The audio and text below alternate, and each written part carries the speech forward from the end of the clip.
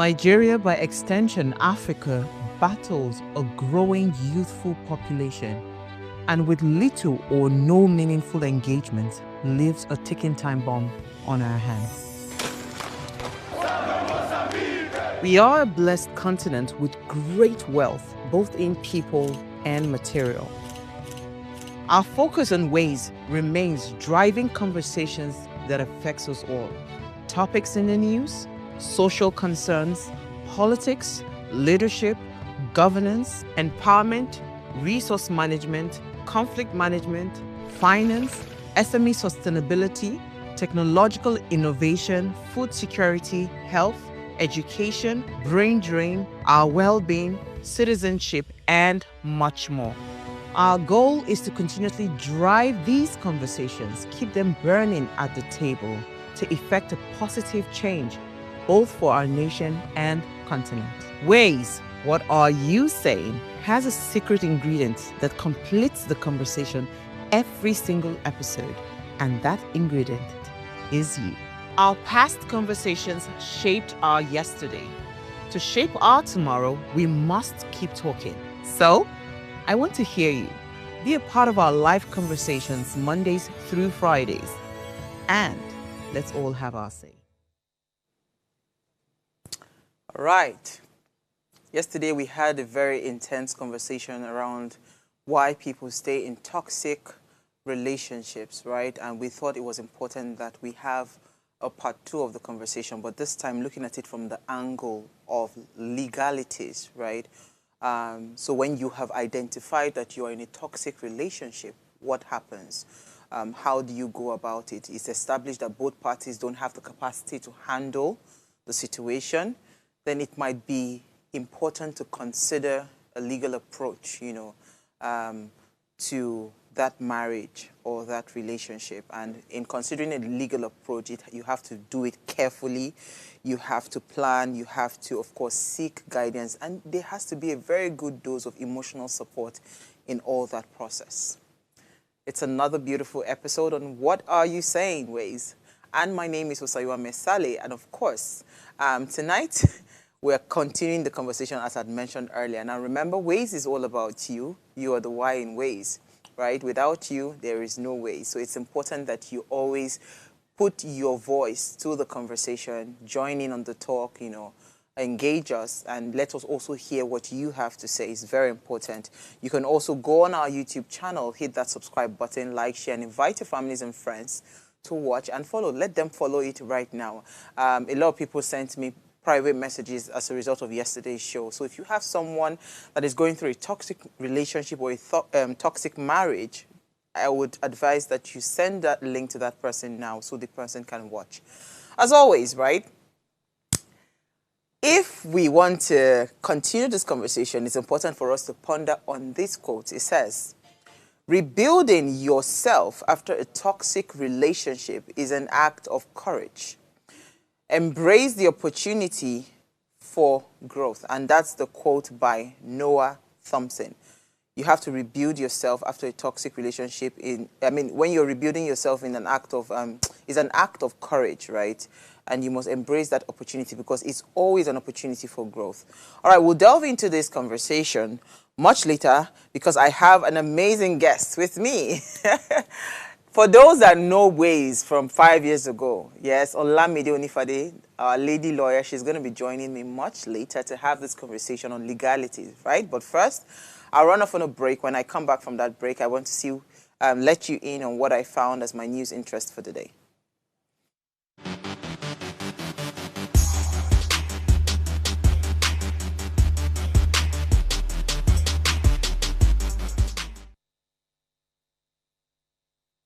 Thanks for staying. Let me start quickly because I think I have about 3 stories I want to quickly just run by.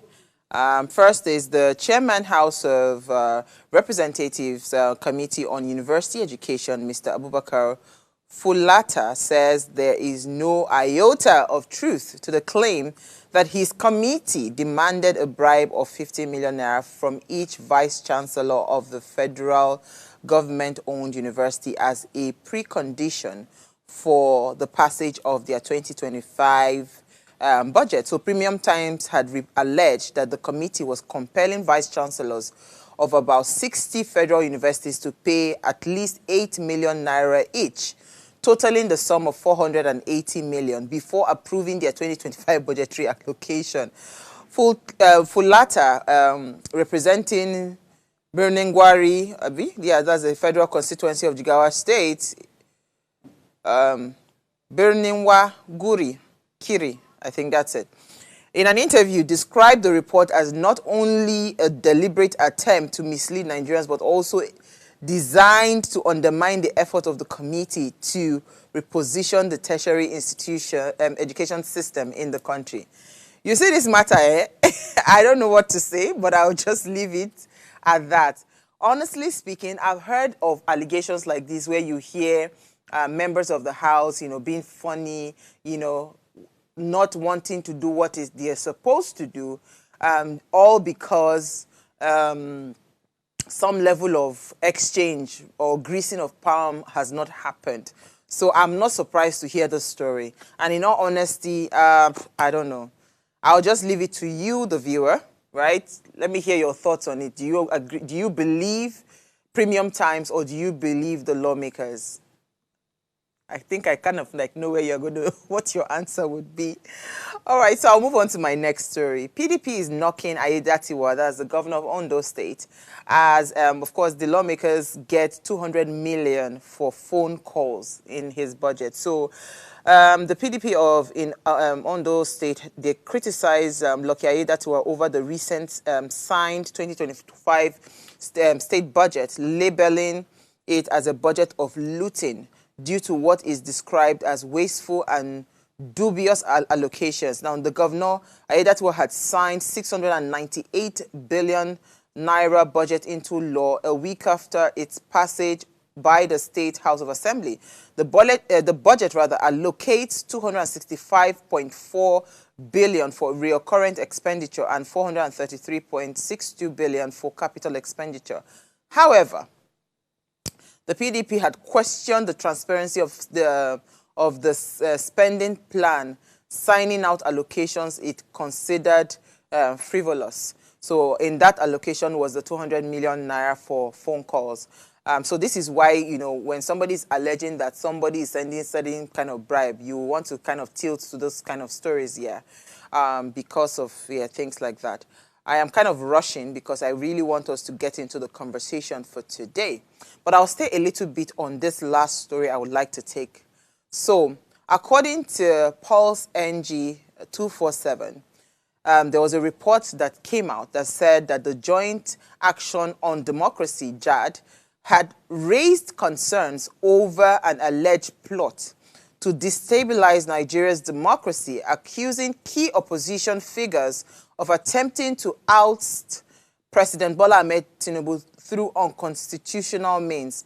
JAD, in a statement signed by its president ambassador, Moses Oriri, alleged that the former Vice President Atiku Abubakar, Peter Obi, Rotimi Amechi, Aminu Waziri Tambuwal, Nasiru El-Rufai, and Abubakar Malami were engaged in clandestine meetings, right, to undermine the government. According to Riri, the politicians are working with foreign interests and inciting violent protests to force a regime change. He claimed their frustration stems from Tinubu's ongoing reforms, which they see as a threat to their political ambition. I don't know what to say with this story. But honestly speaking, first of all, right, we all know how Nigerian politics is, right? Immediately you are sworn in, you're already thinking of the next election. That is the standard. So I don't see any of these as, for me, I don't see it as a problem. President Bola Ahmed Tinubu is meant to have opposition. He is meant to have people plotting against, plotting a strategy that would ensure that in 2027, they are able to take over the power. So it is only natural for common interests to begin to gather together and say, you know what, how do we get this seat of power. How do we take over? Because that was the exact same thing President Bola Ahmed Tinubu did to get to where he is today. But I don't agree with this report that says that they are plotting, or maybe then again, I'm very naive, I don't know what is going on, but I don't agree that they are plotting violent or trying to incite rather violent protests to forge a regime change. If at all there would be any protest that would happen in Nigeria, I would believe that the protest will come, or it will stem from what Nigerians are feeling. I don't believe Nigerians will just wake up and say they just want to protest if the things are not biting them. I think Nigerians were quite docile. You know, we are those kind of people that you keep on pushing us. Instead of us to turn back and fight, we keep on boring the hole and going in through the wall. Nigerians are quite, you know, they're quite, when it comes to things like this, they really don't really care. So nobody, I don't think anybody would want to be used as a tool, you understand, for something that is not, like, you're not feeling. Just before I came on air earlier this evening, I had seen a post that Rufai Hosseini had posted where an elder statesperson was talking about how the NSAS protest was sponsored by foreigners, right? That it was the obedience or something, foreigners. This literally, right? All these things that are happening, we need to be conscious. The only reason people can incite anything against you as a leader, it is also if you are not doing your part, right? If you feel the reforms are good and well, let us see it happen. But if you are not doing your job, definitely that is when you will leave a loophole for, if at all, any of these kind of things truly exist, you then leave a loophole for that. But I don't believe that they are coming together to want to overthrow your government. I'm talking to President Tinubu now. But I feel like, of course, it is important for them to come together. Right? For a healthy democracy, we need healthy oppositions, right? We need people that also, okay, you know what? You're not working for us. We need to also take back power and all of that. That is healthy competition. I mean, and it is only natural for people that are probably not in favor with this government to all join heads together to see how they can do things, you know, differently for the upcoming elections. So, hey, that's my take on that. I'll take a break now. When I come back from that break, yes, I'm going to be having my guest, and we're going to be discussing legal approach to toxic relationships. Stay with me.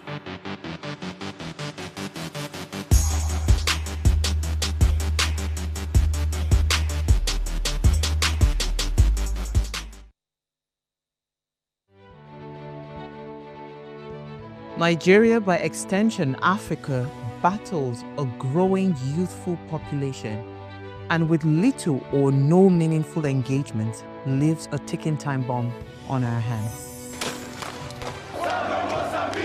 We are a blessed continent with great wealth, both in people and material. Our focus on ways remains driving conversations that affects us all.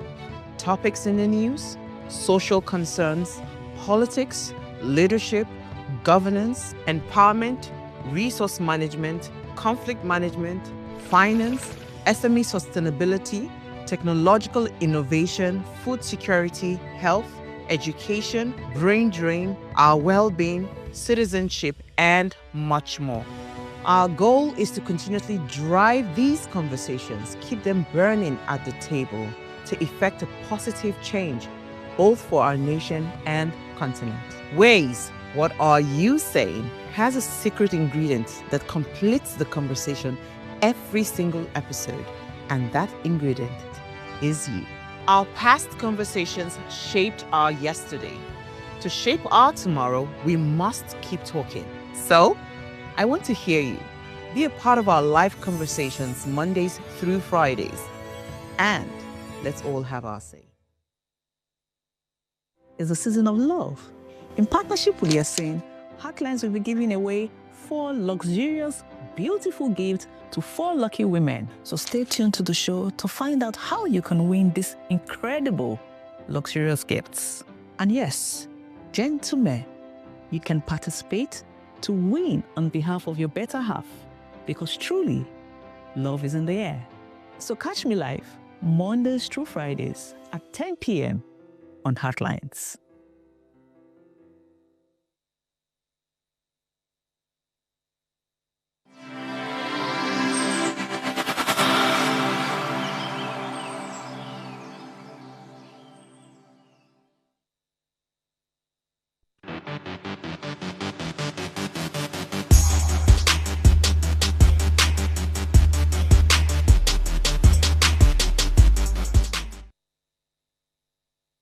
All right, thanks for staying tuned. Now, if a marriage has become toxic and harmful, some couples may first try legal separation or counseling before pursuing a divorce.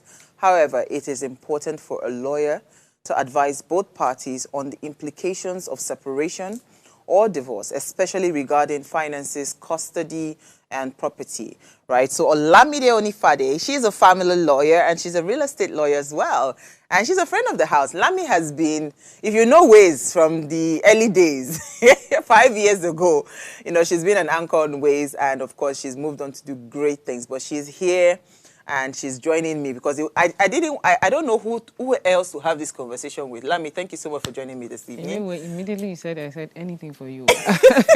And first of all, happy birthday. Yesterday was your birthday. Thank you. Now, wow, I want to be like you. See the correct photo shoot I was seeing online. I say, yes, we're coming. Thank you. How are you? I'm very, very well. Lamia, so this conversation actually stems from the talk I had yesterday. Of course, breaking down what a toxic relationship is. We explained and defined what a toxic relationship. So in case you were not looking in that direction, toxic relationship is not just one thing. You know, when people think toxic, oh, you have big eye punches, and there are too many layers before a relationship is then classified as being toxic, right?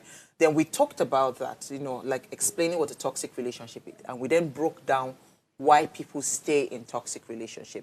And now this is coming from of course, you know what the recent happenings with Two-Face and Idibia and all of that going around the news.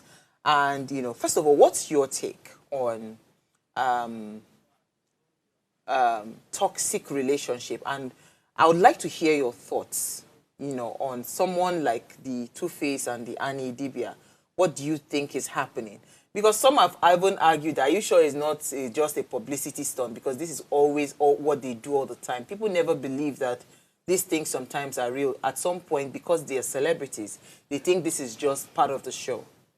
What do you think? Oh, well, honestly, I really don't know what to say about it, because this is what I do every day. I'm in court every day. People separate and all of that. So I see a lot every day. So when I hear people are divorcing, I really don't, it's really not, I don't see it as a stunt, because I see it happen every day. And you asked about what toxicity means. It's abuse. And now, when you talk about abuses in marriage or abuse in marriage, people think it's just physical abuse. There are different layers of toxicity in a marriage. I would say toxicity and abuse are the same thing. There's mental abuse, which for me, I think tops everything, because it affects every area of your life. There's financial abuse. Mm-hmm. There's physical abuse. I would say mental and psychological abuse are the same. There are various forms of abuse in marriage. Mm-hmm. And you asked, why do people stay in toxic marriage? From my experience, the first is finance. I was just going to say that. It's finance. Second is culture. Third could be social. You know, the social status. It's very hard. And of course, we can talk about why do people stay in toxic marriages, you know, the reasons I've highlighted. But to be very candid, divorce is very, very hard. You have to be very strong-hearted to take a decision. So for some people, it's not even the finance. It's not for the cultural reasons. It's not for the social reasons. It's for, it's not everybody that can start it from the beginning. Because I always say that for men or for women, divorce affects everybody. There is no way you will go through divorce that will not affect you in one way or the other. So it's not many people that can take that leap of faith and walk away. So they will rather stay. And particularly the fear of the unknown. Oh, I think that is probably one of the biggest reasons. Because you don't know where to start from and you don't know where you are headed. It's very tough. I'm speaking from experience. It is very hard. I can actually feel it. But you see, you said something just now when you said divorce is hard. So is it, on what grounds is divorce hard? Is it hard on you emotionally, or it is just a difficult process to do within Nigeria? Not within Nigeria, it's a global phenomenon. Okay. But probably... Well, if it's global, how come people abroad, you just seeing them, they divorce like pure water? And maybe because their culture allows for it. They are not judged. It doesn't mean that they don't go through the mental The process, stress. yes, the stress, yes. It's a process. So when people come to me and they want to divorce, right? The first thing I talk about is reconciliation. But I don't try to reconcile when there is not just physical abuse. If the abuse is extreme, probably mental and all of that, I'm not even going to try. But if I look at it and I say, okay, maybe we still can mend it, I will still offer reconciliation. But if you don't want to take it, then it's your, you can consider divorce. But I always say to them that it's a very, very long process. It will take its toll on you. In fact, if you're going through a divorce process, you should be going through therapy. Wow. Even I, as a family lawyer, I go through therapy because I hear a lot every day. So I also go through my therapy because it's also going to affect me because I take on so much. I meet people at the most vulnerable parts of their lives. It's a very vulnerable process. It's a very difficult process. You need support. Then for some people, they don't get support. You need support when you're going through divorce. Wow. You need support. Lami, Yes, so please. I have found myself in a toxic relationship right now. I don't know what to do. Where do I start from? Support first. Speak to people that would understand. It doesn't necessarily mean family members. But you must speak to people that would understand. You must talk about it. Because the first thing your abuser does is they try to silence you, they isolate you. Most people in toxic marriages are isolated. Because if you get support, you will be able to identify that you're in a toxic marriage. For some people, they don't even know they're in a toxic marriage. Yes. A lot of people cannot even identify. Some of them will say it's love. So sometimes they can't. But if you have come to the realization, right, that you're in a toxic marriage, and what do? One thing you need to understand is you cannot help somebody who doesn't want to be helped. Thank you. So that person must get to that stage and identify that in a toxic marriage. Now, divorce maybe should not be the first option. You might try therapy. Don't go to your pastor. Don't go to family members. Go to professionals. There are some people, this is what they do. They are trained for it. Go to counselors. Marriage, don't go to church counselors. Because they are going to... But I think these days, in fairness to churches, Lami, I know you're a lawyer, but in fairness to churches have actually started, especially my church, let me not speak about other churches, but my church actually have started intentionally putting professional marriage counselors so that's in their counseling departments. Okay, so far, wherever you... Okay, I won't say don't go to churches. I take that back. Go to a place where you can find professional counselors. Yes. So if that isn't working, you need to understand. If it's not working, then maybe you should try separation. So which is down the legal approach? The physical separation. If it's then not working, then you might consider terminating the marriage.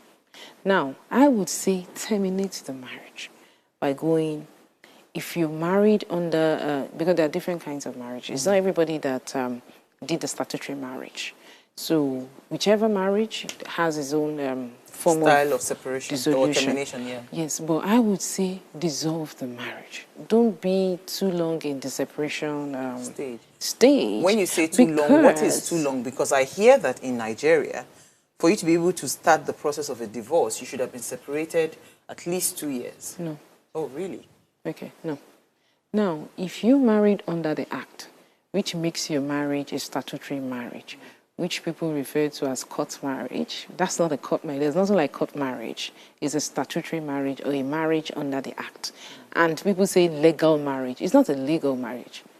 It's legal, right? But it's not the only legal marriage. All forms of marriages in Nigeria are all legal marriages, which is a statutory marriage, customary marriage, and Islamic marriage. So, under the court, it's called statutory marriage. Yes. So what was the you question? said if I marry under statutory marriage, yes. how do I go about the separation or when I talked about okay, yes, 2 years? Yes, I'm sorry. Yes, so you don't have to. So for newlyweds, you cannot divorce for the first 2 years of your marriage. And this is for public purpose, policy, so that people don't just stroll in and stroll out. So for the first two marriage of your 2 years of your marriage, you cannot divorce unless you can prove exceptional circumstances why the court should consider you. But generally speaking, you can't get a divorce in the first 2 years. Now, there's only one ground of divorce in Nigeria, that the marriage has broken down irretrievably. However, to show that your marriage is broken down, you have to support it with one or more of the 8 facts in the marriage, under the Marriage Act. It could be adultery. It could be living apart for more than 2 years. It could be living apart for more than 3 years. It could be lack of consummation of the marriage. It could be desertion. It could be intolerable behavior.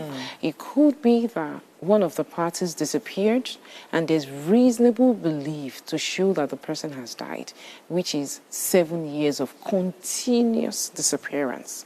And the reasonable belief that the person has died.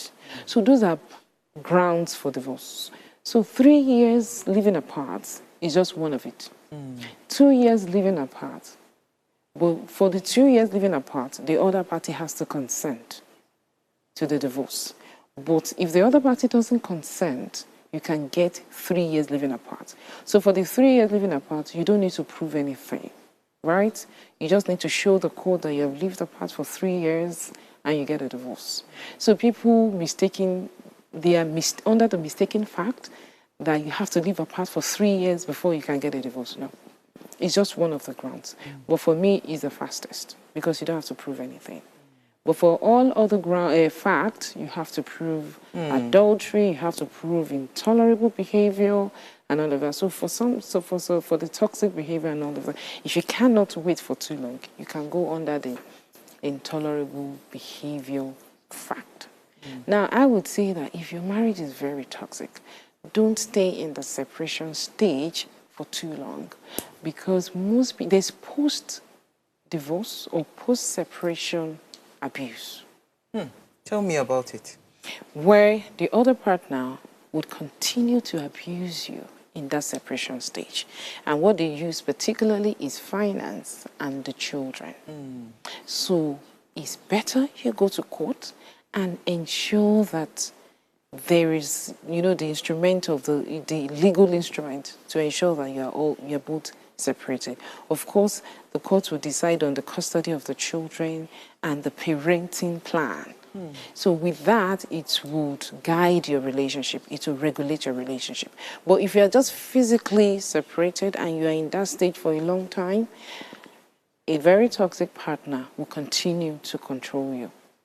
Wow. Even in that stage. Yeah, there's a lot of post-separation trauma that a lot of people go through. Yes. Wow. But once you are in court, it acts as a bit of a check on the other party.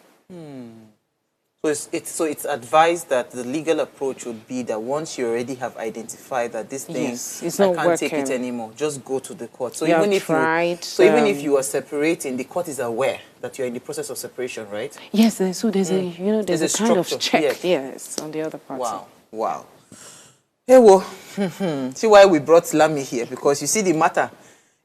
What I said yesterday is just explaining the things, So it is for people to now start to check your relationship, right? So that when it seems like this is toxic, you then move on. Well, I want to ask a very interesting question, Lami. And I want you to be specific with Two-Face and Annie. For Two-Face and Annie, they've lived for God knows how many years. The girl was 15 when she met this guy. And she has been in a very toxic environment, as far as I am concerned, for the longest of time. Because before all the children that he eventually had, she has always been in the picture. So this is somebody that has lived a very prolonged, she's lived in a very prolonged state of toxicity. I don't know if you understand what I mean. You know, you have stayed too long inside that thing, and it now becomes, you know, Your trauma reality. bonding. You understand? It becomes your reality. Right? How can somebody like that come out of it, even without, because you see, at some point, it's no longer even the other party that might harm you. You might end up harming yourself, because it is already ingrained in your system. What would be the kind of support that person would require to be able to, now that it's identified that this thing has to happen? Because it's almost like, if you leave me, I'm going to die. That is the vibe I get from her all the time. So how do we help that kind of a person? I'm not sure you can help her. She has to come to the realization. And you cannot isolate her. I'm always very skeptical, you know, very circumspect when I am talking about things that I do not have my fact. Yeah. You know, I don't know about the marriage. You might think You might think that Annie is the one in a toxic relationship. It might actually be the opposite. Yes, because marriage is very complicated. And in most cases, she must identify that she is in that relationship and she needs help. So I heard that she's in rehab. I think that's the best place for her to go. Isolate them or insulate them from the marriage itself. Sometimes it's from the background, from home. How did they grow up? Because their value system. Because you are a product of your immediate environment. So probably maybe they are running from home. Maybe this is what they were taught as. This is what marriage entails. Maybe that is what she saw. So you can now come in and she has normalized it. It's normal. That is what she saw, because life is what you make out of it. So if you are saying she's in a toxic marriage, she might not see it. She might not even see that she's just enduring, or she has the capacity to take it on. You know how they'll be fighting each other. To be very candid with you, I don't know, I don't have my facts, but I would say a high percentage of African marriages are toxic. Oh, yes. Are you telling me? On that note, a high percentage of African marriages are toxic. I agree with you. We'll take a break. We'll come back. I want to open our phone lines, of course. We'll take some comments on YouTube and across all our WhatsApp pages. Stay with us. We'll be right back.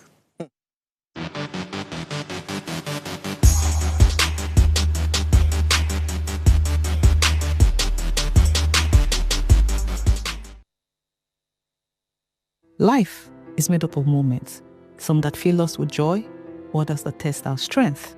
Welcome to Heartlines. This is our space to explore the highs and lows of human connection, the love, the heartbreak, and resilience that shapes our life. From relationships to friendships, parenting to partnerships, and so much more. Every week, we share stories and conversations that define us, navigating love, separations, the struggles of parenting, dealing with anxiety and managing the pressures and stress of life. Real conversations that bring us closer, helping us heal, grow, and connect. So join me Mondays through Fridays at 10 p.m. for Heartlines, the show where we'll connect hearts, have real conversations with real people, one story at a time.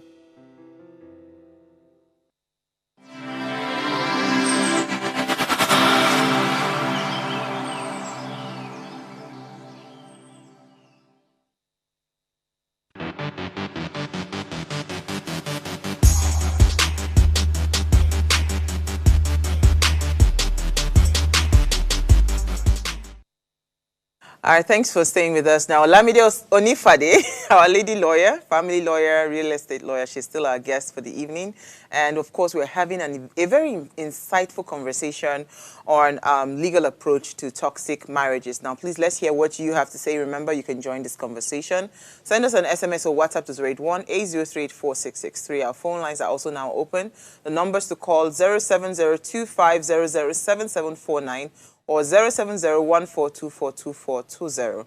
So, Lami, finance and property concerns. There's also the custody concerns, right?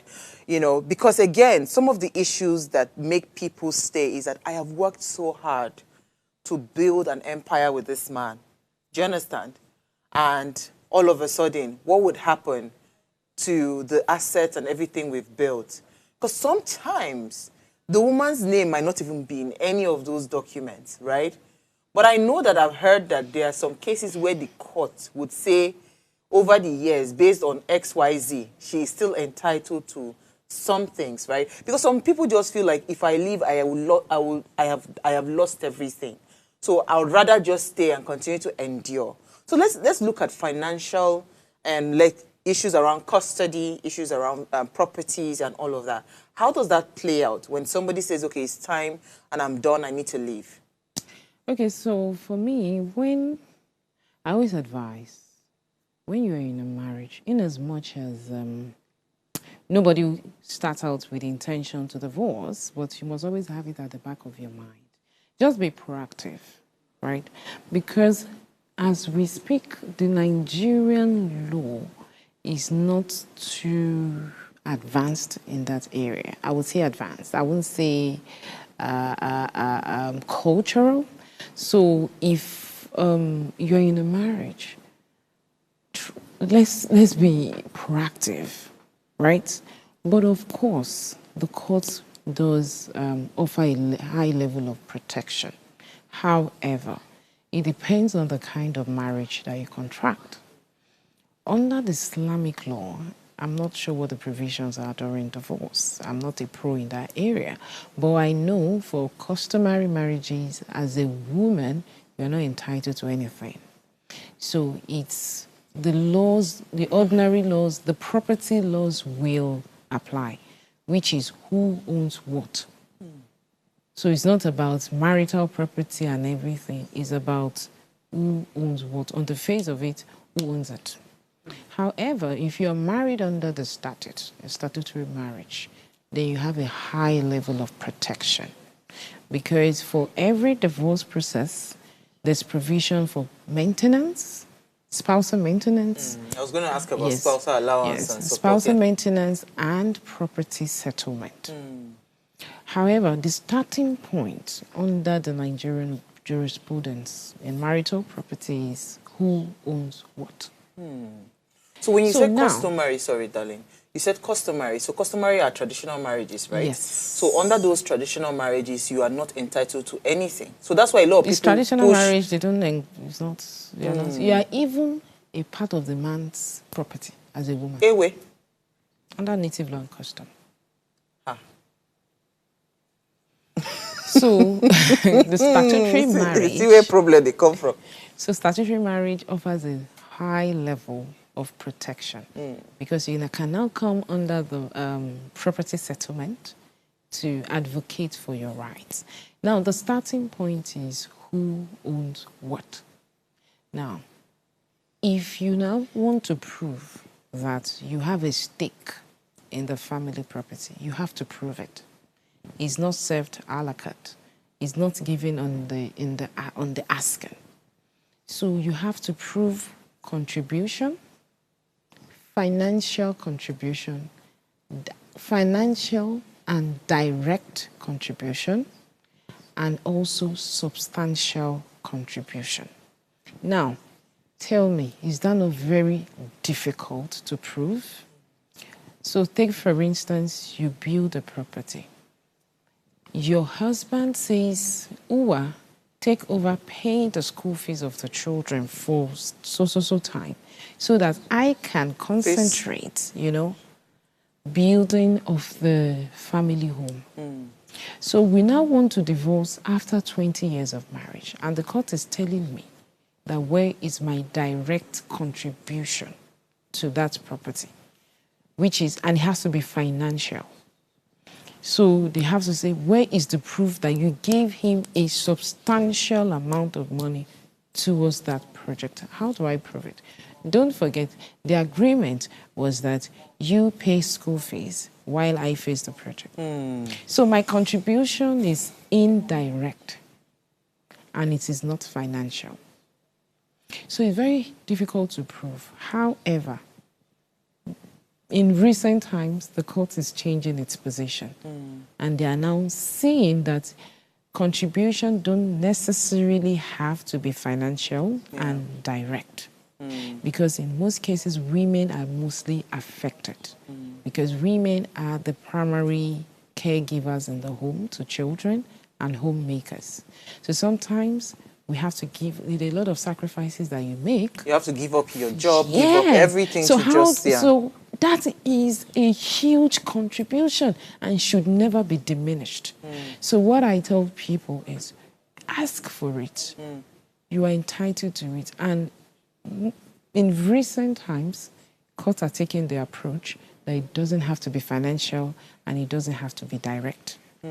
So take, for instance, a woman who gave up a job, raised 4 children, and were married for 24 years. And the man now says, I don't like your face again. I want a divorce, right? Don't forget, she stayed home to raise the children, 4 children, she doesn't have a job, she relies on the husband, and the husband says, after 24 years, I don't like your face again, I'm moving on. And he's built probably 6 properties. Will it be equitable to allow him to go with all the 6? The woman will be plunged into poverty line.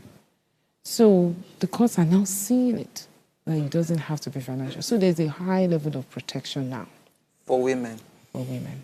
So I wouldn't say for women. It's for both. It's for both parties. Yes, it's gender neutral. It's gender neutral. However, because of social, cultural reasons, women fall mostly into that cadre of asking. Lami, so you know how we talked about earlier where you said that, because if you want to go by the definition of toxic marriages, right, I'll say a good number of our marriages in Nigeria fall under that radar. It's a sad reality. It's our culture. You understand? Because again, we're in a patriarchal system, right? Yes. It's a cultural thing where a woman's opinion don't matter. You even see educated people, right? They go look you, say, you know, so you be woman, sha, you know. I experienced that yesterday. Oh, really? Can you share? They labeled me too vocal. Wow.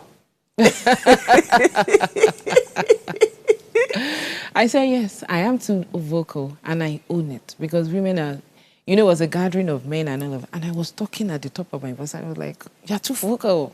I said, yes. Women are supposed to be subdued. You know, we're supposed to be at the table, observing, just chipping in. So the moment you are going back to back with them, they see it as, some men see it as an affront. Like, so I said, it's all right. I get that a lot. Yes, it's the culture. So it's a cultural thing that is, you know, embedded in our system, right? And so it's going to be very difficult for, like you rightly said at the beginning, that the woman first must see that she's in a problem and she needs to be able to come out. She needs to get help. Yes. And if she's not able to see it, really nobody can help her, right? But you see, most times, especially when you are in a violent relationship, there are also cases where we've heard of situations where people have lost their lives, right? All in the process of that, you know. So because again, and because sometimes you can't even predict the man. You can't predict either party. Do you understand? You know, it's a different thing if we are here, we're enduring each other. The moment I say, Lami says she's leaving me, something might trigger in my system. I don't even know what I am capable of doing, right? So when you are inside a toxic relationship, is it okay, when you have realized that I need to leave and all of that, should you discuss it? Because again, they say one, see, Lami, they look that side. You know, they say one of the most, the causes or the biggest causes of a toxic relationship or signs that it's toxic is that people don't even communicate. And they say the only way to solve some of the problems is you have to communicate. So would you advise? So you would tell No, but a toxic partner, a narcissist, that you're leaving him. You will never leave him. You can't. You can't start from that. No, you can't. I don't advise that. I advise that you seek help first. no. So, so where is the part of now trying to do reconciliation where you have to call family members to say, let us have this conversation? Do you understand I what I'm think you saying? should separate first before considering that, yes. Because if you are still under the same roof, it will fester. Some people would even see it as an affront that you have the effrontery to report me. So it would even double. The toxicity will double. For some people, I have seen men who just don't speak to their wives. It's the highest level of toxicity. But you just think that, oh, he just shuts down. It's very toxic. If a man deals with you with that, for some people, it's financial. It withdraws everything. But people will say, but it's not beating you. Is it only beating? So there are different forms, different levels. So for me, I would say that separate first before. For some people, you have to jolt them into reality by moving on. But if you're still in the marriage, they will never see. So you mean that you're saying that women can never go through a process of divorce while under the same roof with the man? No, you can't. I don't know. It's not advisable. Is it possible or is not advisable? Which is it? It is possible, but it's not practical. You can't be in court with someone and you're... Marriage is... You're very vulnerable to each other. Anything can happen. So I always advise when you come to me, you want to divorce, I say the first thing you should be doing is separation first. You can't go to court and be under the same roof. It is highly inadvisable to Because do that. anything can go wrong. Even if the court is aware that both of you are still living under the same roof, sometimes some judges will take the approach that is still very... The marriage can still be saved. That you people are not serious Can still enough. be salvaged. That's true. You're coming from the same house and you're in court. No. Let me see. M. Jones says, hello, ladies. A lot of evil men continue the abusive nature by not paying kids upkeep and school fees during separation to force the woman back to them. A lot. That's why I said post-separation abuse. In most cases, it's financial and they use the children. Yes, that happens a lot. That's why I said if you can approach the court on time, the court will come into... So whether you are, whether it's traditional marriage or statutory marriage, when it comes to children and maintenance, you can isolate it from the marriage. You approach the family court to get redress for the children, yes. So that does not even... It doesn't matter the kind of marriage that you contracted. Children's... Their rights have to be protected. So in that situation, you should be speaking to the court. But I know of someone that has been married and, you know, the marriage barely lasted like a year or two or something and got pregnant, found out that she was pregnant, had the baby. The child is almost like 10. Yeah. She has never set her eyes on that kind of... Do you still need to waste money? Because again, some people have complained about the legal fees for getting a divorce that is quite expensive, right? And what about the marriage fees, the wedding fees when they were getting married? No, so tell me, what do you do in that situation? The man, I mean, like literally, because you said something around the 7 years, something, 10 years or whatever years when you talked earlier. So someone I've not even seen... the likelihood that the other person party is dead. So this case is almost because she has not set her eyes. That doesn't mean... Almost 9 years. No, you might hear he lives in Abuja. He might be abroad. His family members can tell you he's not dead. But for you to go that route... There's no single family member, there's nothing. To believe. Yes, to even say, okay, where is this person? No social media. If you want to serve a divorce paper, yes, where if you want to serve it, where do you serve it to? When they got married, they didn't know, she didn't go to his family house. That's why the matter, that's why I weak when I heard it too. That's why they say you should bring witnesses and all of that. You don't marry in isolation because of issues like that. So I think there's more to it. Yeah, but let's touch on legal fees. As a lawyer, you're a family lawyer. Do you understand? Why did they look me with corner eye? How expensive is it? Because again, part of why a lot of women will shy away from just going outrightly to say they want to, you know, the process, you talked about how cumbersome and how tiring the process can be. There's also the financial implication of a divorce. right? How expensive is it to contract a divorce lawyer, a family lawyer, to say, you know what, I think I'm at that point where I need to... Well, I know that in Lagos State, if you are truly, truly indigent, you can approach the Office of the Public Defender. They offer pro bono services. What if I'm not indigent, but I just don't have the money? Then you are indigent. You know, sometimes looks, when they see, they say, this one, you don't look indigent. Sometimes I try to take on pro bono cases, maybe 1, 2 in a year. When I see that you truly, truly need it.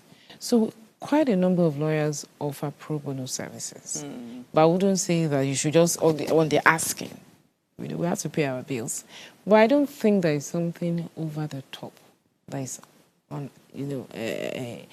unaffordable. However, you have, in every profession, there are cadres. If you know you're indigent, you want to speak to an SAN to conduct your divorce for you. Does that make sense? No, it doesn't make any sense. So, you know, it depends on who you're approaching, but you have to ensure that you're not sacrificing competence on the altar of finance. Let me take Daniel Ilo. He said, good evening, dear beautiful sisters, or what are you saying? He says, legal approach to toxic marriages. There is no other person that would have done justice to this topic than my dear beautiful sister Olamide. She made mention of high level of property settlement, which I agree. In a nutshell, she also said, she also added that when there is separation, the court should be aware and the custody of the children should be put into consideration. The one that hit the nail on the head was when she said that there is a high level of African marriage, there's a high level of African marriages that is very toxic. This is very heavy. Happy birthday to you, my dear beautiful sister. God bless you. With long life and sound health, we love you and it is well with you and now and always. Ways regular fan Daniel Ilo. Okay, Thank you, Daniel. Thank you very much. Lami, that thing was heavy when you said that a good number of African marriages, right, are very toxic. Wow. How do we begin to correct this? Like in a minute. Well, I don't know. I think for everyone who goes, I think you just choose yourself first. And there is power in finance. Then also, if I tell you I have a solution to it, is a lie. It's deeply ingrained in our culture, in the society. So I think it behoves on me and you, who are raising the next generation of boys and girls, to probably at least, try to do what we can. I think that's about it. It's just the cultural thing as an African. I had this conversation because yesterday I was out with my friends. We were about 6 of us, and we have a long way to go. I was having conversations with my male friends, and we have a long way to go. Give me small hints. Okay, we brought up, one of my friends was talking about a friend of ours, a guy who had relations with his help. I can't go on the TV, on television, and describe the actual situation. But one of my friends said, it now behoves on the woman. She has caught them, she has caught them. It now depends on if she wants to leave her home for the help or stay in her home. I said, is that a home in the first place? You need to hear what...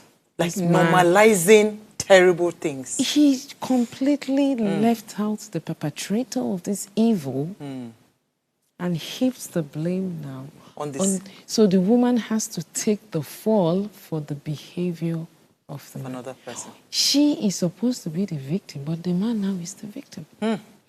I said, so she now has to make a decision whether she wants to leave her home for the help, or she will stay.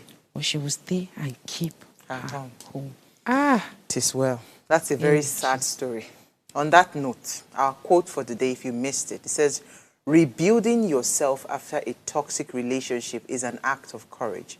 Embrace the opportunity for growth. I'll just leave it there. Thank you so much, Olamide. I will definitely bring you back because we cannot exhaust this conversation. I'll see you guys tomorrow at 8 p.m. Enjoy the rest of your evening.